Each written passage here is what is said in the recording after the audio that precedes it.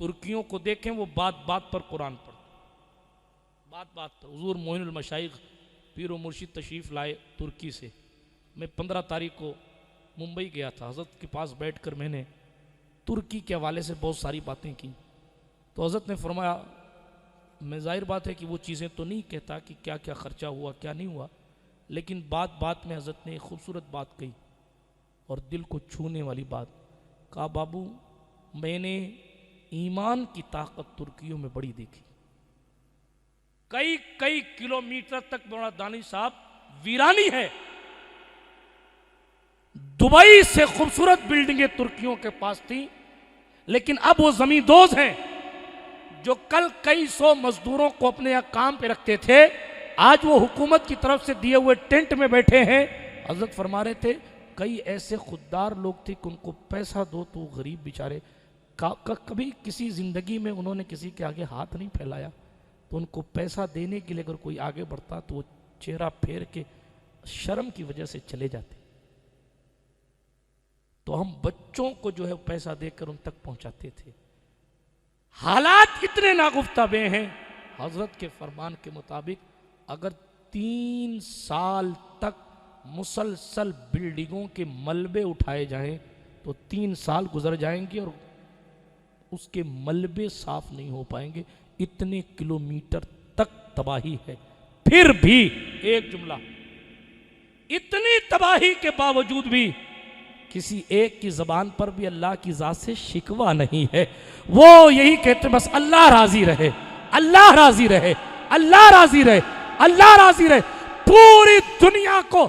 دعوت فکر ترکی کا مسلمان دے رہا ہے،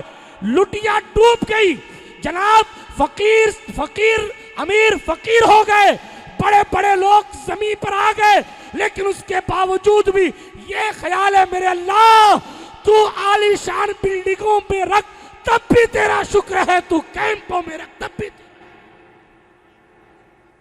ہم کیا سیکھ رہے ہیں؟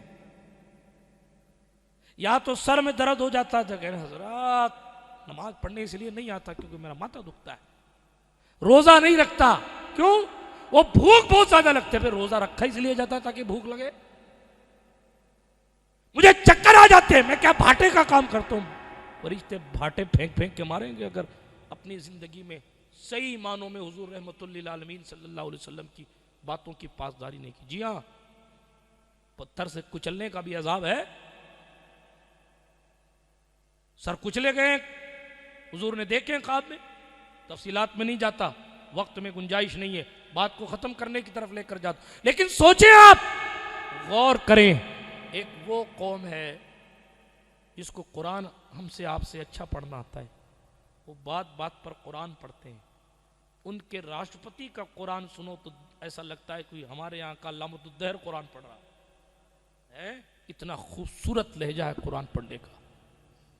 اس کے باوجود بھی بھوکمپ آ گیا۔ جس کو نہیں پڑھنا آتا، حقدار تو وہ تھے کہ جن کو پڑھنا نہیں آتا ان پر اللہ نہ کرے آپ پر۔ میں نہیں مانگتا واللہ باللہ تاللہ اللہ اپنی عذاب سے اپنی امان عطا فرمائے، ہم پر آپ پر رحم فرمائے،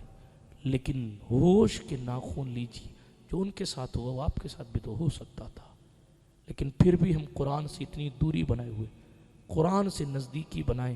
یہ وہ وظیفہ ہے جو دل میں نور کو